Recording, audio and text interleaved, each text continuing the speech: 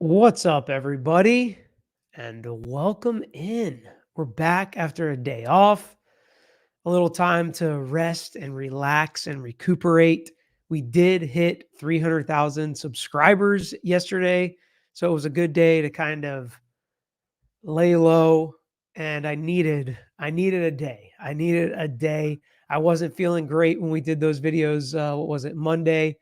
So after a day off, feel much, much better. I worked from home yesterday and just kind of chilled a little bit. So thank you to everybody that reached out on social media and other YouTube videos congratulating us on 300K. And that's all of us, all of you, and all of us. So I am pumped to be here today. We're talking Kohberger. Some stuff that we already kind of knew was happening, but I thought it was really interesting. So hold on. Somebody's messing with me maybe, but they said John misspelled. Sorry, John, I misspelled the last name. Okay, never mind.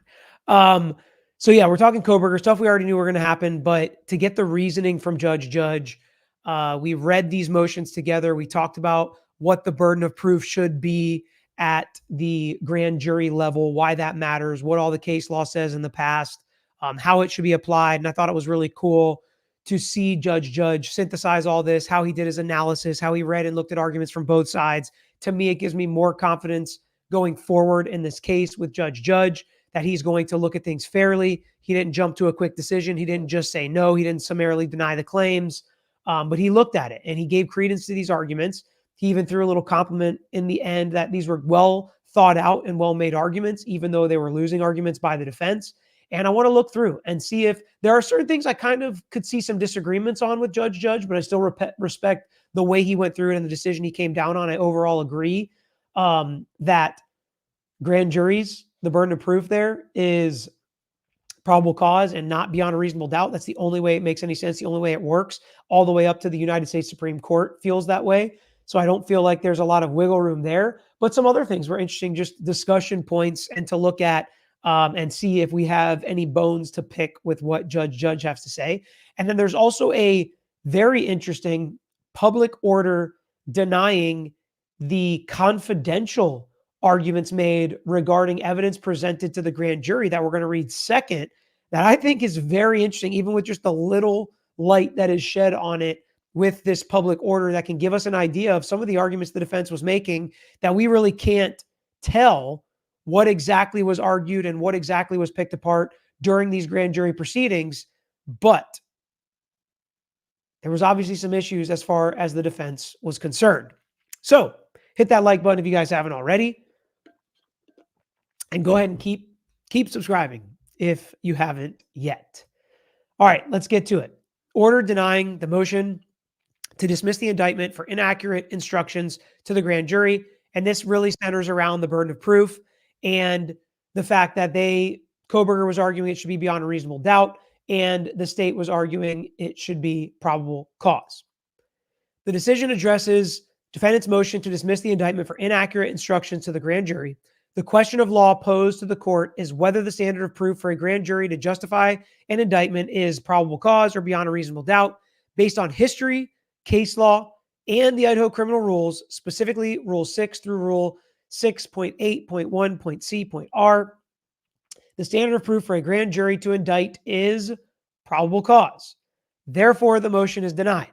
He could just leave it with that, but instead he gives us 12 and a half more pages of discussion points and analysis, which I appreciate, and we're going to get to now. Procedural background. What's happened so far? Kohberger filed this on July 25th. The defense argues the grand jury's indictment was flawed because they argued probable cause instead of beyond a reasonable doubt. It's based on legislative history, interpretation of Idaho Constitution and statutes. Kohberger's motion included briefing. The state filed an objection supported by a brief. A hearing on the motion was held on October 26th. We watched that together. It was open to the public. At the conclusion, the court informed counsel with a brief explanation that the motion would be denied and that this written opinion would follow. So we knew it would be denied, but we were waiting to hear why exactly and precisely. And he said he would write out a well-thought order, but it wouldn't be however many pages that was. I can't remember what it was, but it was a very long motion. To avoid confusion, it is important to know that on the same day, there was also a hearing on Kohberger's sealed motion to dismiss the indictment based on other grand jury issues. Again, we don't know specifically what those issues were. All counsel named above was there in that hearing. Because the argument centered on the grand jury's secret procedures, this hearing was closed to the public. Likewise, the written decision will be separate from this decision and will be sealed. The results, however, will be public. That's the second motion or the second order we're going to read, denying that motion to dismiss. And we're going to see what little bits are put in there. But we know that that motion, that hearing, and that order are all sealed in large part. And it's because they involve the secret details of the grand jury's secret procedures. In order for the court to assess the arguments in both motions, the court needed to have access to the grand jury procedures and evidence. So at this point, Judge has reviewed what happened during the grand jury proceedings. To accommodate the need, the state submitted a motion to take judicial notice of the grand jury record. Without objection, the court, as requested by the state, takes judicial notice under Rule 201 C2 IRE of the grand jury transcripts, the audio recordings, the exhibits, the jury instructions, and the jury questions. Get to the analysis. A reasonable reading of IC 19-1107 does not require a standard of proof beyond reasonable doubt, and Idaho case law and Criminal Rule 6.5 clearly establish a standard of proof of probable cause for a grand jury to find an indictment. Kohberger claims the standard of proof for a grand jury to retain an indictment is beyond a reasonable doubt. And because the grand jury in this case was instructed that the standard of proof was probable cause and found that there was probable cause to return an indictment, Kohberger argues that the indictment must be dismissed. The state disputes Kohberger's arguments and asserts that probable cause for an indictment is settled law in Idaho. There is no dispute that, in this case, the standard applied by the grand jury to justify the indictment was probable cause. So we have to start there. Are they even right in what they're saying that the state told the grand jury it was probable cause? Everybody seems to agree. The answer to that is yes. Kohberger first relies on the Idaho Constitution, the plain language of the statute, for his argument. Article 1, Section 8 of the Idaho Constitution in part states that no person shall be held to answer for any felony or criminal offense of any grade unless on presentment or indictment of a grand jury or on information of the public prosecutor after a commitment by a magistrate. This language obviously does not define the standard of proof for the grand jury, but Kohberger claims the language of the Idaho Code, Section 19-1107 does, and here's the entire statute. The grand jury ought to find an indictment and all the evidence before them taken together, if unexplained and uncontradicted, would, in their judgment, warrant a conviction by a trial jury. Again, this statutory language does not state that the standard of proof is beyond a reasonable doubt, the legal standard of proof for a criminal jury trial. This is exactly what we said when we read the motion, exactly what we said when we read Kohberger's arguments. This is basically how the law is everywhere with a grand jury. And they're going to cite some Supreme Court of the United States opinions that show exactly how a grand jury is supposed to work, and it is not the way Kohberger argued it in his motion. Again, sorry, I read that. Right? Yeah. However, Kohberger asserts that warrant a conviction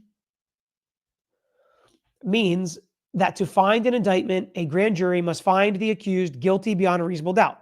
First of all, the word warrant carries many definitions. For example, the plain language of warrant means justification for an action, grounds.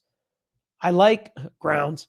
I like the just plain definition of words. I love using that in legal arguments. It's so hard to argue with because there are so many different ways to define words and use words as a lawyer and statute and legal grounds. But when you give the simple definition and it works in your favor, there's nothing better than that. Also, other examples are consistent. Justification for an action or a belief, grounds. Something that provides assurance or confirmation, a guarantee or proof. To provide adequate grounds for, justify, a synonym of justify.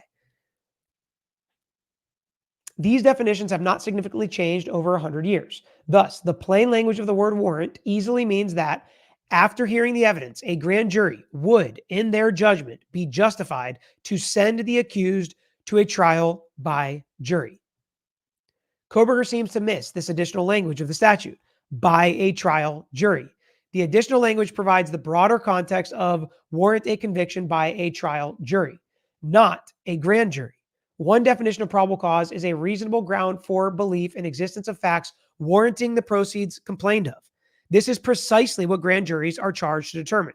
So what he's saying is, Kohberger's arguing that the grand jury should be treated like a trial jury, but the statute specifically says in the plain language that this, if we're saying that this has enough to go forward to a trial jury, that in and of itself infers that there is another jury that is going to look at this and they will apply the beyond a reasonable doubt standard of proof, not probable cause, which is what this grand jury is supposed to do. The grand jury is not a trial jury. Its function is to screen whether or not there is sufficient evidence to proceed to trial. The grand jury is baked into our United States Constitution Amendment number 5. No person shall be held to answer for a capital or otherwise infamous crime unless on a presentment or indictment of a grand jury. And our Idaho Constitution, Article 1, Section 8, see language above, and the procedures of the grand jury have evolved over the years. So it's kind of funny. I wonder how Judge feels writing this order.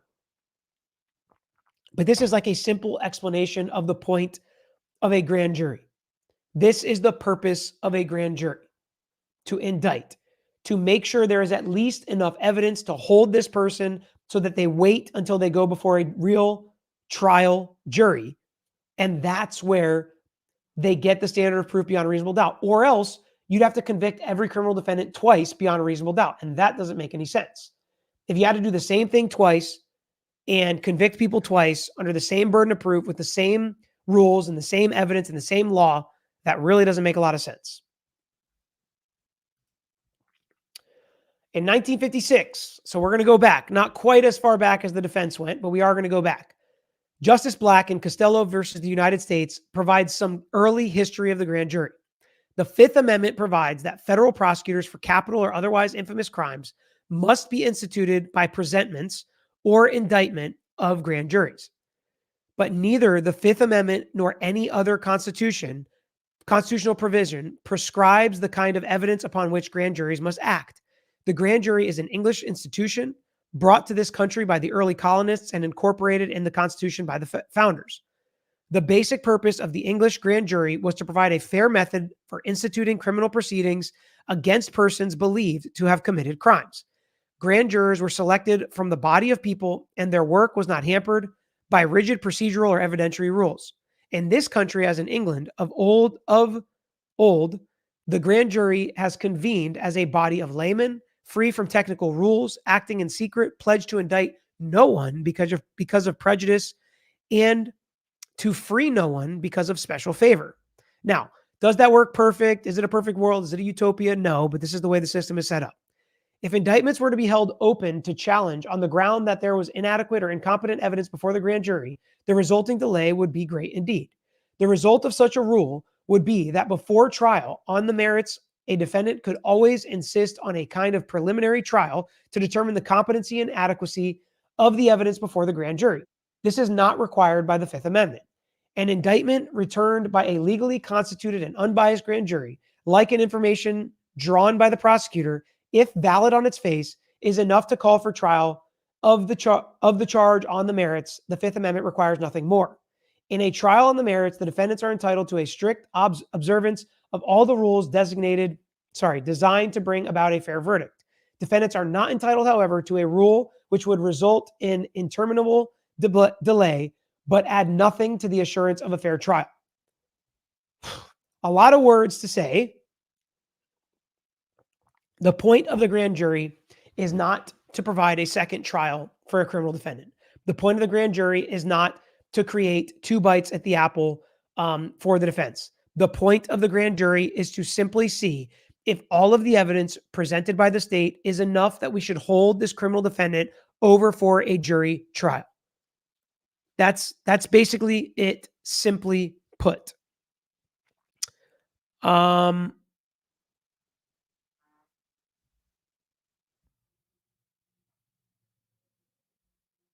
Let me answer some questions here. Is now a good time? When do we get to the next point? Yeah, let me take a little break here and answer some questions. Annalie Finch, congrats on 300K. Thank you so much, Annalie. And Daniela K, congratulations on 300K. You guys are awesome. Appreciate you being here. Paul Printed Heart, congratulations on 300,000 subscribers. Thank you, Paul Printed Heart. Jacqueline, do they stay sealed forever? Sometimes they do. And because it's dealing with the grand jury, the likelihood of these staying sealed forever would be yes. Would be yes, the likelihood. The likelihood I would bet on them staying sealed. Judge Mental. Question: how does the court process work so BK can raise these issues with a higher court?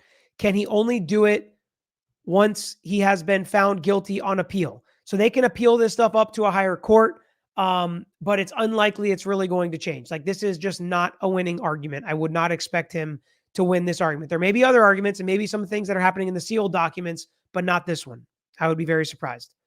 John, don't you think complete transparency is the easy fix to this trial being in the public eye? Makes sense to me. Yeah, but the grand jury stuff is always secret. It's always done in secret. So I don't really have as much of a problem as that stuff being hidden as much as I would have if they would not have allowed cameras in the courtroom and audio recordings in the courtroom and the public to be at this trial. So I think there's a big difference there. Lauren, I have a personal matter I need to talk to someone about. Can I email you? Yes. Email me lawyeryouknow@gmail.com. If anybody's new, I'm a real lawyer, the real law firm, tragoslaw.com. If you want to check out our law firm, we handle personal injury, wrongful death claims, car accidents, trucking accidents. And then we do some criminal defense on a limited fashion, depending on the case. So if you have a case you want to ask us about, we'd be happy to talk to you about it and see if we can help you with it. Jojo, thank you for gifting some memberships. There are some others here too I want to shout out, but let's get back to the document. Kohberger's brief seems to acknowledge he is reaching for a higher than probable cause standard, even though the whole of modern jurisprudence on this issue is against it, as well as at least one founding father of this state. And he is citing the defendant's own motion to dismiss the indictment. So basically what the judge is saying is even Kohberger's team recognizes that, in fact, everybody's against them. Nobody would really agree with them. And if nobody would really agree with you, it's going to be tough to win in this court. Even if there is some ambiguity to Idaho Code Section 191107, the case law in Idaho seems to be settled on the standard of proof for a grand jury to approve an indictment. While there's not an abundance of early appellate cases directly addressing the standard of proof for the indictment, the available cases consistently reference the standard of proof to be probable cause. In this case, the plaintiff claimed that the defendant in the lower court claimed that the indictment should be dismissed on the grounds of various alleged errors in the proceedings of the grand jury. The court denied the claims as insufficient and not prejudicial to the plaintiff. Again, when you read plaintiff, make sure you actually read it as criminal defendant. The court denied the claims as insufficient, not prejudicial to the plaintiff who had been charged with second-degree murder. Related to this case, the plaintiff, for some reason, challenged the instructions given to the grand jury, part of which said you are not compelled to go under public trial in open court before a trial jury unless you are satisfied beyond a reasonable doubt from the evidence. The court recognized that the charge to the grand jury had no bearing on the plaintiff's complaints because the charge was to the plaintiff's advantage. So they're saying the judge actually said it wrong there, saying you have to be satisfied beyond a reasonable doubt, and that's actually good for the defendant. So he's complaining, but the misstatement was actually good. However, we observe that the charge complained of, though erroneous, so again, they're saying it was erroneous for the lower court to say that the grand jury had to be satisfied beyond a reasonable doubt. So even though it was erroneous, it was more favorable, meaning it was an even higher standard. Probable cause is down here, beyond a reasonable doubt is way up here. So when the grand jury was told that they had to be satisfied beyond a reasonable doubt, that was actually higher than probable cause, and it was actually better for the defendant. So if they said yes to beyond a reasonable doubt, they obviously would have said yes to a probable cause situation, which is why when you have criminal cases and civil cases at the same time, if you get a criminal conviction, usually that means you're going to win the civil side because the burden of proof in criminal is so much higher than a preponderance of the evidence in the civil side. So it's more favorable to the accused and would be a charge of embodying the statute. The language remains the same today. The charge as given calls for a greater degree of proof to justify an indictment than the statute requires. While this may be dicta, it acknowledges the Supreme Court's view of the standard of proof for an indictment. Okay, so we're going to read through here, and this is dicta. We've talked about what dicta is before.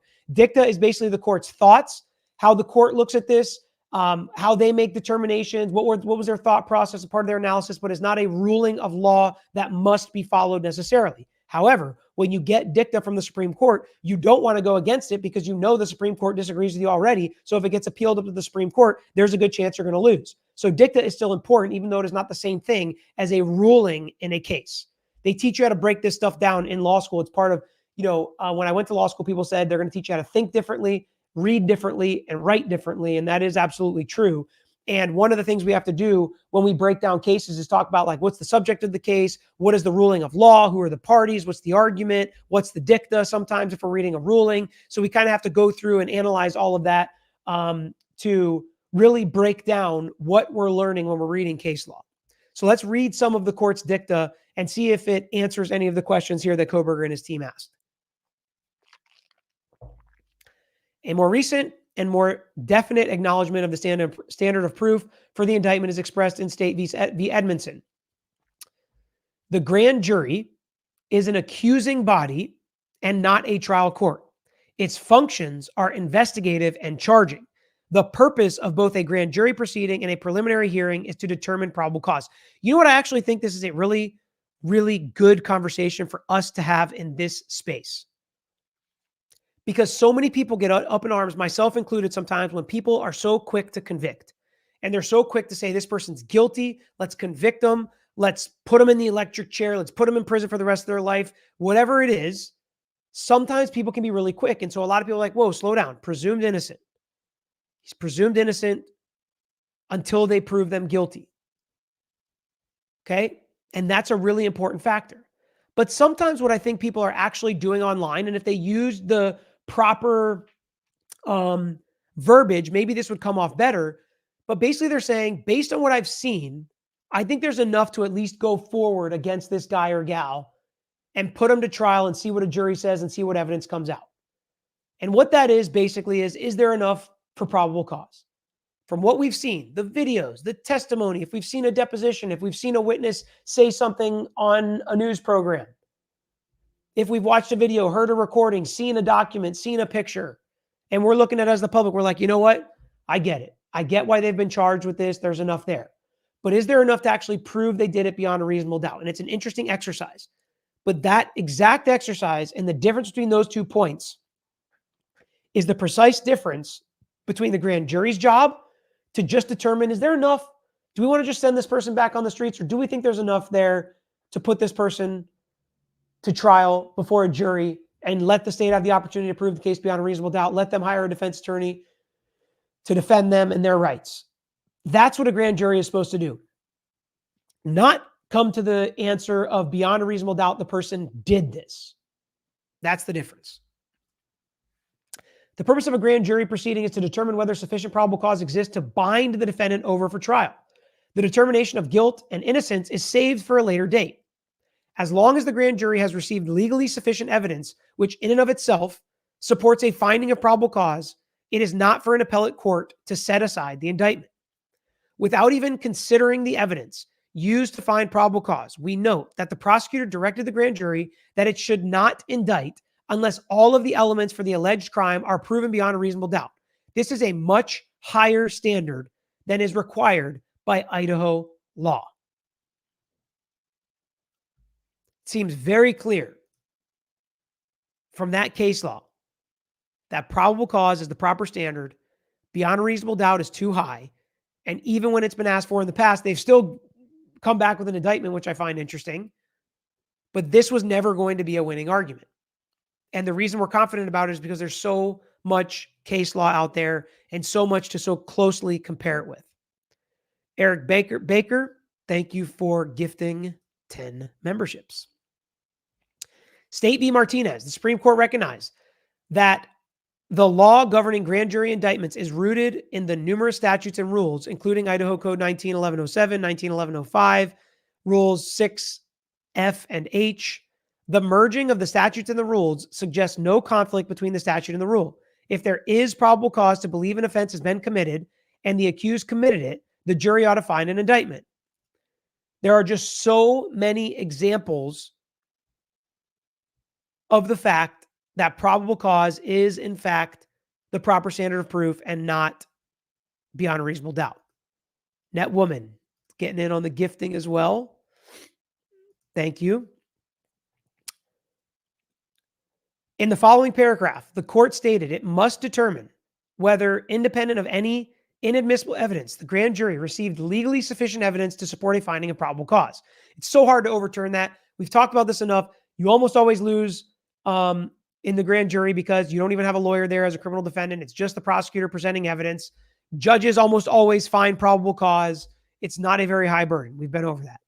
The court held that there was sufficient independent evidence to support a finding of probable cause, and therefore this court will not set aside the indictment.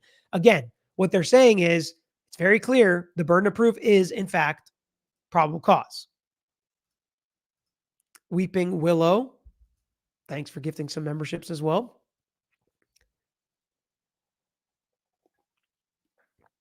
The Court of Appeals mirrored in the Martinez case in merging Idaho Code 191107 with Rule 6.6a with no conflict that the standard of proof for a grand jury indictment was probable cause.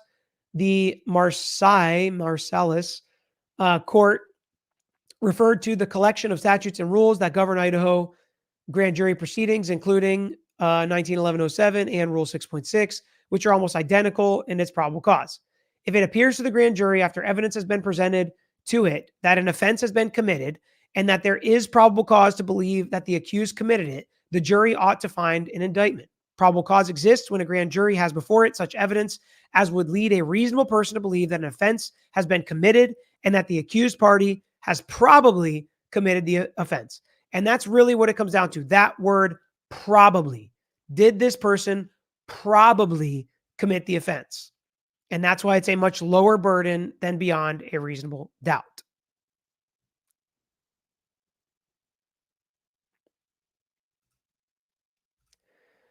M. Shoop de Doop, whoop whoop, congrats on 300K. Christmas came early. Yes, it did. Thank you. In reviewing the propriety of the grand jury proceeding, the appellate court first looks at whether, independent of any admissible evidence, the grand jury received legally sufficient evidence to support a finding of probable cause. The Martinez court and the rest of the relevant cases look at both the statutes and the rules in determining for a grand jury to justify, to warrant an indictment, and the standard of proof has been consistently probable cause for the last 3 decades. It's very hard in the law to come up with something new or change what's been done over time, because lawyers do not like change. They like to know what's happening. They like consistency. They like for things to be the same. Thank you, Netwoman, for gifting 20 more memberships. The court has also received 3 decisions from 3 separate district judges that address similar or identical arguments from the defendants, claiming that the standard of proof is beyond a reasonable doubt and not probable cause for a grand jury to warrant an indictment. These decisions were attached as exhibits to the state's objection. Their results were the same. The standard of proof for a grand jury to find an indictment is probable cause. The current rule for a grand jury to find an indictment, Rule 6.5, Idaho Criminal Rules. If the grand jury finds, after evidence has been presented to it, that an offense has been committed and that there is probable cause to believe that the accused committed it, the jury ought to find an indictment. Probable cause exists in the grand jury. Okay, blah, blah, blah. We've already read that. Any change of this settled law would need to be addressed by the legislature or the Idaho Supreme Court, not this court. That is the key line in this entire thing right here. He's like, I am never going to make this decision. If the legislature wants to change it, they can. If the Supreme Court wants to make a call different to what they've already made, they can. But I'm going to fall in line at this point. It is not for a trial court in this situation to make this call and upset the apple cart, because there's a high likelihood it would just get overturned later. All right, before we get to point 2, let's see what else we got here. Bryce Jones. I just don't see why the need for a grand jury over preliminary trial. Generally, it's used in cases where there are other suspects or gang-related and the need to keep someone safe. What are your thoughts? I think that may have been like originally what it was for, but honestly, the criminal system is so slanted against a criminal defendant. If you want to just pick out one spot that seems overly unfair, you can point to a grand jury. But how about the investigation process? How about law enforcement making an arrest? And we don't even get to know all of what they talked about or all of their other suspects sometimes, or what their handwritten notes are, or discussions that they're having, or people they may have had as suspects. And what did they do on those people before? There's all sorts of ways for them to try to hide that information. Of course, you have the way that things are charged. Some states don't even have preliminary hearings or grand juries. A lot of times judges can just find probable cause. Sometimes there's even less than that in certain jurisdictions, in certain circumstances. So It's not even that they're guaranteed the opportunity to have their case go before a grand jury, let alone a preliminary hearing. So it's, to me, the process is slanted against criminal defendants. I understand we want to get the bad guy, but this is why, okay? When you see a lot of this stuff happening in the beginning, and you're not going to see me fighting really hard to change this standard of proof because it is what it is. The grand jury is basically a rubber stamp. They hardly ever don't find probable cause, which is why one of the early cases we talked about was Deshaun Watson's case, where a lot of women accused him of improper touching and things like that. And they put it before two different grand juries and neither came back with an indictment, which to me really says something. There must be little to no evidence if the grand jury's even saying no thanks. And I did some videos on that years ago. And because it's such a rubber stamp as part of the process, but this is why some people are almost sickened at how some criminal defense lawyers or lawyers on YouTube or myself fight so hard during the trial process that the defendant's rights must be protected, because we get to that point a lot quicker and easier than you may think. It sounds like there are a lot of hoops when you think about an investigation, an arrest, a grand jury proceeding, going before a judge, whatever it may be. Prosecutors looking at it. It seems like it's jumped through a lot of hoops, but when you look at it at the end of the day, once the ball gets rolling, it's hard to stop it. And it's almost like it's rolling downhill. So that's why if you have a problem with this, then what we really need to do is scrutinize and hold the state to its burden and law enforcement to do their job correctly. And no minor screw-ups are okay if you're a law enforcement officer and somebody's life is on the line and a victim's life could be on the line as well and getting justice for them. We need to hold people to their standards. Now, this was built in a way that was not really great for criminal defendants, but the rest of the system really needs to protect them. Michelle, I served on a grand jury in New York State many years ago. Defendants are afforded the opportunity to testify on their behalf if they choose to. Is this not true in all states? No, this is not true in all states. And most are not going to do that. They're not going to waive their Fifth Amendment right this early on in a grand jury proceeding when the upside is so low. It's so low and unlikely without their lawyer there to make arguments. It's just, I don't think that's a great system either. And that's not how it is in every spot. Amber, don't forget to like and subscribe, friends. Let's make it a happy new year for Peter. We can show him we appreciate his hard work for us. Thank you so much, Amber. Jacqueline, thanks for asking. Maverick is great. Fully on the mend. John, I think it's unfair to the American public by restricting transparency. I understand leaving names out of it is important, but use victims 1, 2, or 3. Then how would you hold someone accountable?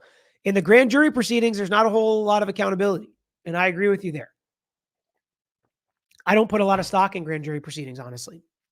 But I do get it. I think it's a totally fair question, especially as people learn more about the judicial system and they see more transparency. It's more obvious where things are blocked.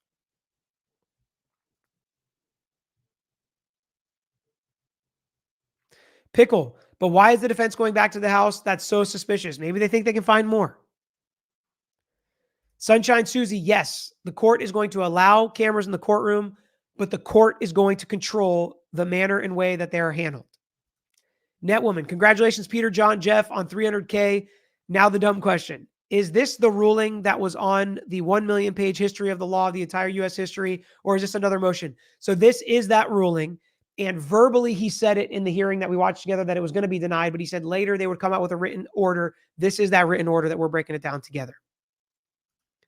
And Netwoman gifted 50 memberships. Thank you so much, Netwoman. All right, back to it. If there were any conflict or ambiguity related to the Idaho Code 1911-07, then the standard proof set forth in Rule 6.5 ICR would be considered procedural and therefore trump the statute. So this is some of the stuff where it gets a little fishy, procedural versus substantive, and it's always a gray area. I shouldn't say always. A lot of times it is. Based on the case law and the criminal rules, there should be no confusion or conflict between Idaho Code and the grand jury rules. However, if there were any ambiguity or conflict, whether the statutory language or evolution over 100 years of history, there could be a friction over whether the standard of proof set in the grand jury criminal rule is substantive or procedural. Kohberger argues the standard of proof for the indictment is substantive and therefore trumps the rule. The state argues that the standard for indictment is procedural and therefore trumps the statute. I kind of think the standard of proof is substantive. That's kind of where I land. I could be wrong on that. I could be convinced otherwise. I wasn't convinced otherwise in these arguments. The judge is going to come down on the side that he thinks it's procedural. Procedural is more how things are done. This person stands there, that person goes first, and this person. Substantive is more of the big picture things. They're charged with this statute is substantive, what they're charged with. This is their punishment, and this is the standard in which it has to be proven, I think is more substantive. Although I don't see a disagreement in the statute and the case law. I think it all pretty much points to probable cause. But if there was, the court said it still wouldn't matter because they think it's a procedural issue and therefore the case law would rule. These struggles have also been long resolved in Idaho law. The court has stated that where conflict exists between statutory criminal provisions and the Idaho criminal rules in a matter of procedure, the rules will prevail. It is well established that the Idaho Supreme Court is uniquely empowered with the certain inherent powers. The court has the inherent power to make rules governing procedure of all of Idaho's courts. The inherent power of the Supreme Court to make rules governing procedure in all the courts of Idaho is hereby recognized and confirmed. Accordingly, this court has noted that if a statutory provision that is procedural in nature is in conflict with the Idaho criminal rules, the rules govern. The power established for the judiciary are not only inherent, but they are also written in Article 2 of the Idaho Constitution to protect them. Article 2 of the Idaho Constitution prohibits the legislature from usurping powers properly belonging to the judicial department. The Idaho Constitution further states the legislature shall have no power to deprive the judicial department of any power or jurisdiction which rightly pertains to it as a coordinate department of the government. When a statute and a rule can be reasonably interpreted that there is no conflict between them, they should be so interpreted rather than interpreted in a way that results in a conflict. And that's where I would stand at this point. I think that there is no conflict, and therefore we don't need to read in a conflict. When a statute and a rule, sorry, I just read that. When there is a conflict between statute and rule, the court must determine whether the conflict is one of procedure or one of substance. If it's procedural, the criminal rule will prevail, which would mean in Kohberger's case, he's going to say the criminal rule says beyond a reasonable doubt. I don't think it says that. Judge doesn't think it says that. I don't really think anybody else besides Kohberger and his team thinks the rule says that. But the judge is basically humoring Kohberger, not being humorous, but he's basically saying, listen, let me take a look at it. Even if you're right about this situation, I still think the case law would prevail. And you even agree, because Kohberger's team even agrees that the case law says probable cause, but Kohberger argues the statute, which they think says beyond a reasonable doubt, should actually rule. Hopefully that's not too confusing. As discussed above, the case law does not find conflict between the rule and the case law.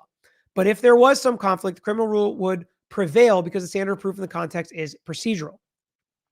The distinction between the procedure and substance. Although a clear line of demarcation cannot always be delineated between what is substantive and what is procedural, the following general guidelines provide a useful framework for analysis. So how do we know what the difference is between substantive law and procedural law? Substantive law prescribes norms for societal conduct and punishments for violations thereof. It thus creates, defines, and regulates primary rights. In contrast, practice and procedures pertain to essentially the mechanical operation of the courts by which substantive law, rights, and remedies are effectuated. The procedures of the grand jury are defined in detail in Rule 6 through 68 ICR, including the standard of proof to justify, to warrant an indictment. These are not primary rights. They are procedures that pertain to essentially mechanical operation of the courts by which substantive law, rights, and remedies are effectuated. I don't know that I agree with that or that it's such a bright line rule. I don't know that I agree with the standard of proof being procedural. But that's what Judge says. So it doesn't matter if there's a conflict, basically. These procedures for the grand jury to effectively operate under the law with some consistency and fairness, the judicial inherent powers to establish rules of procedure are essential for a functioning judiciary, and these powers are to be protected, or are protected by law. So let me just give you another reason why this is kind of important. So my kids are 7 and 10, and they're learning about, or they have learned over the last couple of years about the different branches of government, right? The executive branch, legislative branch, and judicial branch. Does anybody know out there, at least if you're from America, what the differences are between the legislative branch and the judicial branch? And I'm going to try to remember the way it was defined in their, second grade school book. But the legislative branch writes the law, right? They write it. That's how it becomes an actual law. The judicial branch interprets the law, which is interesting. And that's part of the balance of powers. They write it, and there's a lot of lawyers obviously in the legislative branch, but they write it, but the way that it's interpreted by the judicial branch or judges is incredibly important. And lawyers argue both sides. Somebody wrote this law. Here's what we think it means. We think it means two totally different things. And the judge has to do an analysis, interpret, and figure out what the law actually says. So that separation of powers is important. But what do we need to make sure doesn't happen? We need to make sure the judicial branch, meaning the judges, when they're giving their opinions, that they are not creating new laws. They are not writing new laws. That is not their job. They can't come in and say, here's the new law, and this is how we're going to apply it. And that's why so many people say it's out of our hands. And like Judge even said, if somebody's going to address this issue and change it, it's going to have to be the legislature. They're going to have to write a new law that says the burden of proof for grand jury indictment is beyond a reasonable doubt, and then we'll act accordingly. But they haven't thus far. So all substantive issues need to be handled by the laws. But procedurally, how things are done, how the judicial branch functions, those are things we as the judicial branch, judges and lawyers, have more authority over. This is how we're going to do things. So rules of procedure a lot of time can have some areas where the judge can help determine how we're going to do things, which is how judges do different things differently in their courtrooms. There are some things that are codified into law, of course, and that we write into our rules and statutes. That's one of the ways it's done. But it's very important to understand the difference, that the judges cannot just write laws. They can't say, you know what? First degree murder no longer has to have intent. We're going to remove the intentional portion of that. Judges can't do that by interpreting the law the way that they want. That goes completely against what the legislature has done and what their intent is. Conclusion. The arguments from the defense for a beyond a reasonable doubt standard for the grand jury were historically interesting and creative. That's where they throw them a bone. But do not overturn Idaho court's interpretation of the statute, the case law, and the criminal rules, specifically Rule 6 through 6.8 ICR, that the standard for the grand jury to indict is probable cause. Therefore, the court denies Kohberger's motion to dismiss the indictment based on his claim of inaccurate instructions to the grand jury in order to warrant an indictment. Destiny Nicole asked, do you think he will take a plea deal? I don't know. At this point, it seems like the answer is no. Nirvana, it's hard to get new subscribers, but you did it. I watched at 150K and now double. Congrats. It is very hard. It is very hard. So I appreciate every single person that does take the time to subscribe and show up to the videos and ask questions and get in the comments and hit that like button. I really appreciate it.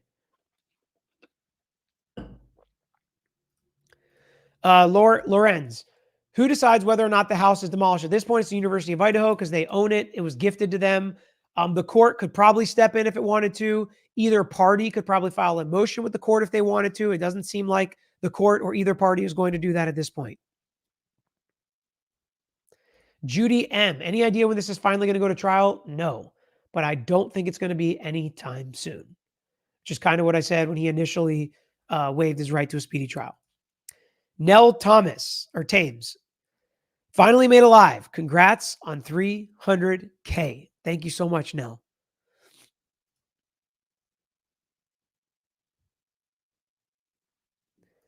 So, Carly, how could the judicial branch write new laws? Via interpretation, has it ever happened? So they have been accused of doing it before in the past, especially the Supreme Court. A lot of lawyers for certain Supreme Court decisions say they're writing a new law or changing the law, and they can't do that. They don't actually sit down and say, all right, Rule 4.1 is now going to be Rule 4.1a, and here's the way we're going to write it. But sometimes lawyers will argue it's clear that judges are trying to write new law with their opinions, and that's what we object to. So it's not like they're actually writing a law, because obviously they can't do that. Ashley, because there's still so much going on, so many things unanswered, so much discovery to go through. And these hearings are not happening as quickly. I mean, just to see how many weeks it took for this order to come out.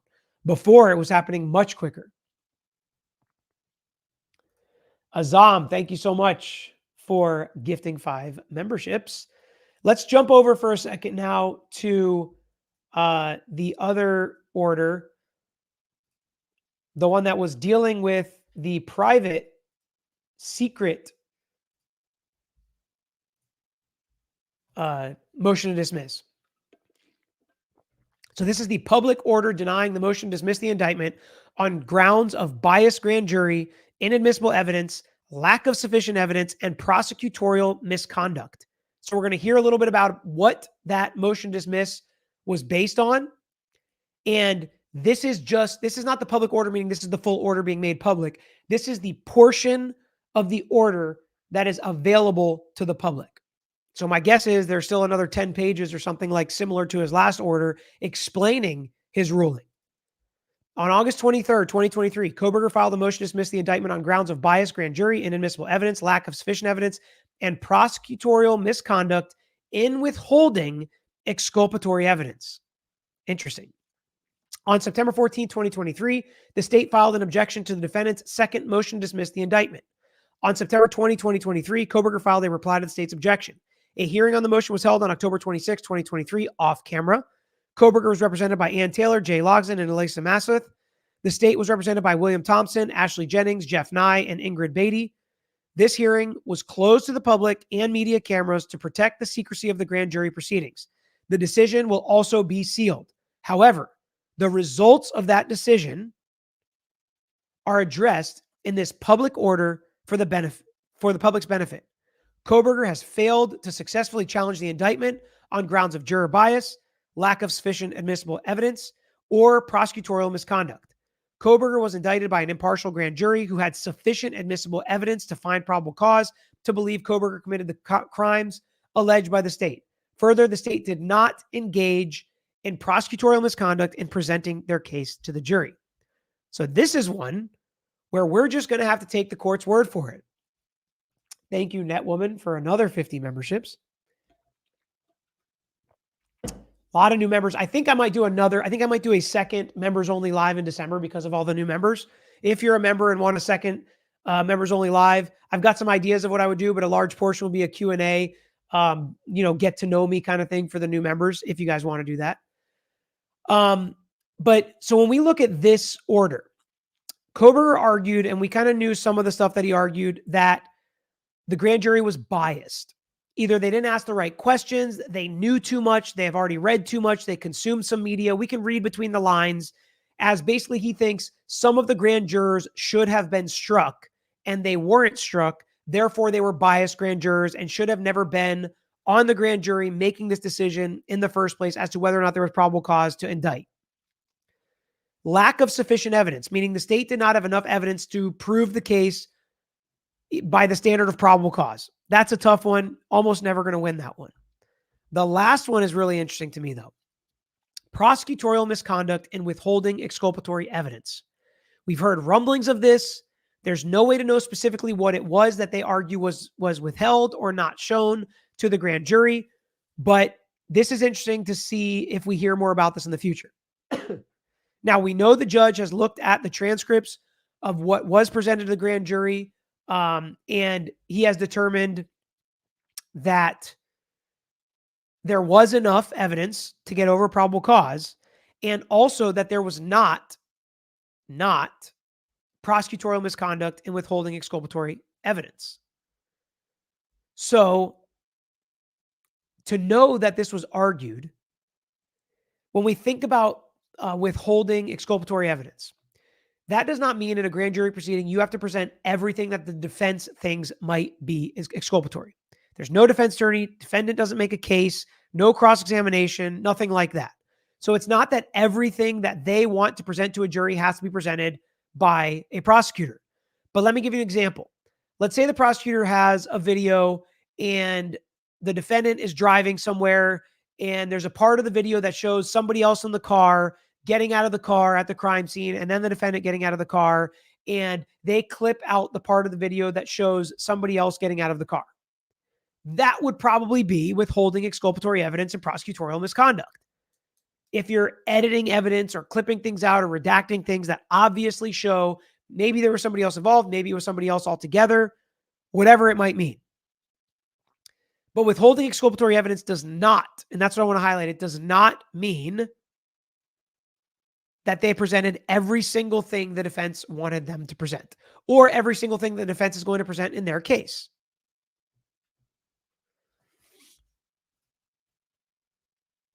Nirvana asked, how many attempts to dismiss this? Well, it seems like there was at least two. I think these are the two that I think we've heard about.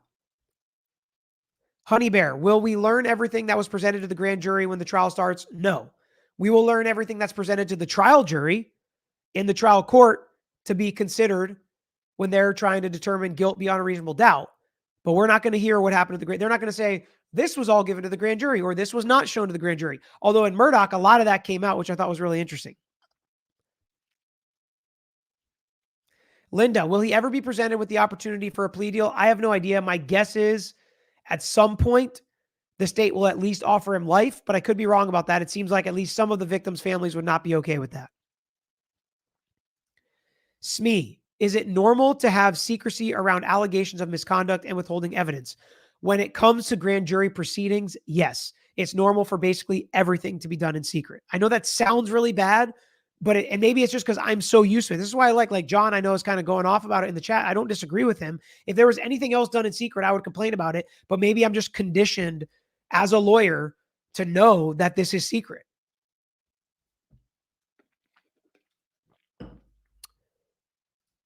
Welcome, Jory, to the membership crew. Congrats, friend. Proud of you and team. What's the point of a grand jury if defense attorneys can just claim they're unconstitutional? So the point is defense attorneys have the opportunity to make their arguments. And most of the time, just like this, they lose. They lose those arguments. The grand jury did its job, indicted, and now we're moving on. And that's the point. That's really the point, is that it's supposed to be a protection in place. Like for Deshaun Watson, let's just use that as an example. It was a protection. The grand jury did not indict, so he never even had to have a public trial or a criminal trial or even criminal charges against him for these allegations. So sometimes it does stand in there as the gatekeeper for things that they're woefully short on evidence so that it does not even get to continue on into the criminal phase.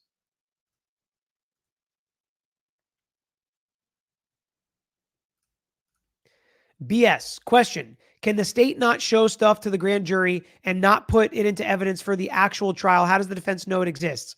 Well, there's supposed to be a candid nature of discovery. They're supposed to turn over everything that is discoverable that's been asked for. So that's important, and that's one way to do it. Number two, they don't have to present everything they have for the grand jury, and they don't have to present everything they have at a trial. There are some strategic decisions being made. They also can present more things at trial that they didn't present at the grand jury, right? Things can change. It can develop over time. Again, we saw this in Murdoch. And it doesn't render the grand jury inadmissible or dismiss that indictment or have to do it all over again just because there's new evidence, or different presentations of the same evidence. CM, Peter, saw you on Max, was so proud. You were fantastic. Thank you so much, CM. I'd love to know what people think. Maybe we'll do a reaction one day of that Terry versus Gwen, the ski crash trial on HBO Max. If you guys want to check out the documentary, I'm one of the commenters on it. You know how they have like lawyers sitting in a random room or in an office talking about the case. If that does happen, or if you guys do look at it and watch it, I'm in it. I'd love to know what you think of the whole thing and about seeing me on there. It's kind of fun. Everybody's saying they're so proud, which I think is so cool because it's like this group. We're like a family, you know, the people that are all subscribed and come and watch the videos. It's like, we hang out, we're family here. And then when you see it on TV on HBO Max, it seems more like professional and like more buttoned up. So it's kind of funny to hear people saying they're proud. I love it. I love it. Makes me happy. Thank you so much, Netwoman, for 50 more memberships. All right. I've got about 3 minutes here. To answer some more questions before we take off. I'd love to see a video of Peter and Bruce Rivers ask one another questions. I'm down. I've talked to Bruce a couple times. I think he is a really nice dude. Like I've talked to him like real life stuff a couple times randomly. We met doing some video together in the Depp Heard thing. I know he's kind of like flamboyant. Maybe is that the right word? I don't know if that's the right word, but I think he would describe himself as such too. So he's a funny dude. He's a good dude.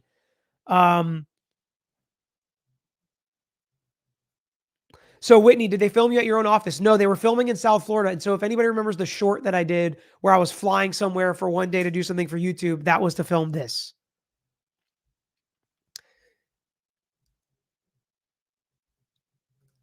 A lot of people thanking Netwoman and others that have given so many memberships. Netwoman gifted 50 more memberships, which is just awesome.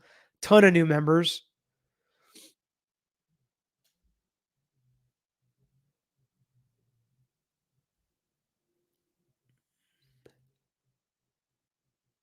You did fabulously. So proud of you. You were very professional. It was easy to understand, probably because of following you for so long and hearing explanations. Now, I will say, I know everybody here tries to do their best not to be biased, but I do think many of you are biased when you watch the documentary or the docuseries and you were like, you were my favorite part. You were the best part. It made me smile. It made me very happy to get those tags on Instagram and Twitter. It was so awesome. And I was like, I mean, they're probably a little bit biased, but I appreciate it nonetheless. It doesn't take away from how much I appreciate it.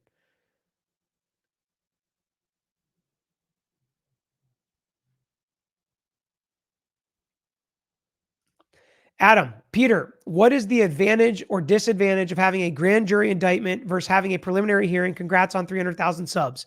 So, to me, strategically speaking, I think it's always an advantage for the state to just do it by grand jury. They almost never lose. They don't get a fight with the defense attorney. The defense attorney doesn't get to see everything they present necessarily.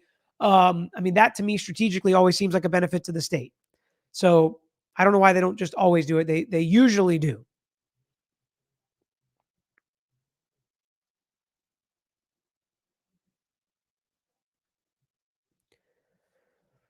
Okay, let's see.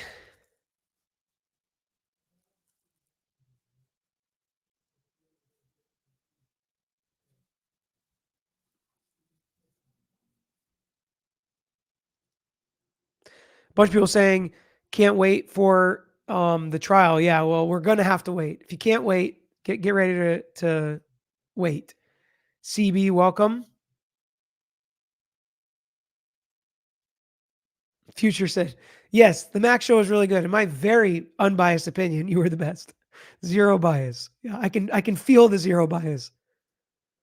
Welcome, Serenity.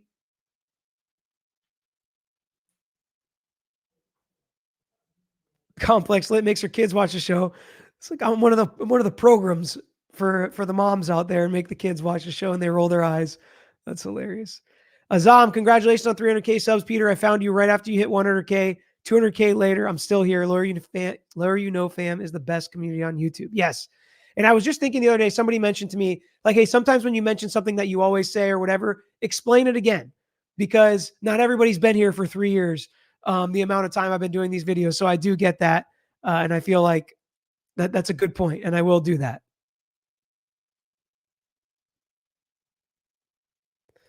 Jackie, would love to see you on the Pascal show. His shows surrounding legal issues with celebs. I'll have to check that out. Ms. Brazy, Peter, your smile is infectious. Signed, not biased. Well, hey, I've heard much worse. I've heard much worse. So I appreciate that so much. You guys are always honestly so kind. I know the internet can be a very dark and nasty place. I'm glad it doesn't show up here very often. Somebody sent me some Reddit thing where people were saying all this stuff. I'm like, yeah, I don't need that. I stick to a bunch of people also say like when you have a certain amount of people that come and watch and comment stuff, don't read the comments, don't read the chat. I'm like, then it wouldn't be fun. I wouldn't do it if I couldn't read the chat. So I get it. Some people like the fight and like to be nasty to people. And like, it's kind of like cut down and let's be cutthroat about it and sarcastic about everything. But like, I enjoy reading the chat. I enjoy reading the comments. I mean, we get nasty comments too, of course, but I literally just skip right over them and go to the nice ones, go to the questions, not disagreements. As you know, I like disagreements. And if somebody says, I think you were wrong because this, that, and the other, what I don't care for is this guy must not even be a lawyer because he has no clue what he's doing. It's like, okay, well, for starters, I am. So I don't really care to respond to this question because I don't think you really wanted me to respond to the question. But when people ask questions in a way that I think they do want responses and discuss it and we can learn new things from each other, I'm down for that. Lawrence, name pronounced Lawrence, sorry. Lawrence, is BK arguing that his rights were violated during the evidence collection? If so, is he right? So no, that's not what I think he is going to argue that as well. But what he's arguing here is the grand jury process and procedure was done wrong. His rights were violated in the way the prosecutor presented evidence, that they didn't produce enough evidence, that they didn't present exculpatory evidence, and therefore was prosecutorial misconduct, and that they used the wrong burden of proof. They used probable cause. They should have used beyond a reasonable doubt. At this point, the judge has denied all of those motions. All right. I am going to take off after Care Strong. Careful, Peter. You're going to find yourself on one of these high-profile cases because somebody big is going to hire you. What's crazy is, I can't really get into some. We've gotten some crazy calls. I'll just say we got some crazy calls. So I don't think you're wrong, and we'll see. And if we feel like we can help the person and we want to help the person and our values align and we believe them and believe in their case, then we'll take it. That's really what it comes down to as far as our cases go. All right. I have to take off. I appreciate you guys so much. Hump day is over. We're halfway through this week. We're so close to Christmas. I appreciate you guys always joining. The vibes were high. The vibes were great today. Hit that like button on your way out. And thank you so much for all the gifted memberships, all the new members. Oh, Max Show. I think it's called Gwen. I'm looking it up. Gwyneth v. Terry. All right. Gwyneth v. Terry, the ski crash trial. That's what it's called. Gwyneth versus Terry, the ski crash trial. It's on HBO Max. So check it out. Let me know what you think. All right. I am out of here. Until next time, you guys have a great one. Peace. Thanks for watching another episode of The Lawyer You Know. If you enjoyed the episode, please hit the thumbs up and share with your friends who may be interested here on YouTube. And don't forget to subscribe. You can also follow us on Instagram, Twitter, Facebook, and TikTok. And don't forget to check out the Lawyer You Know podcast with new seasons dropping every quarter. If you have a case you want to talk to us about, if it's a personal injury case, wrongful death, catastrophic injury, car accident, or slip and fall case, please email us at lawyeryouknow@gmail.com. And of course, all these links I just mentioned are included in the description below on this episode and every episode. So until next time, this is Peter Tragos, The Lawyer You Know.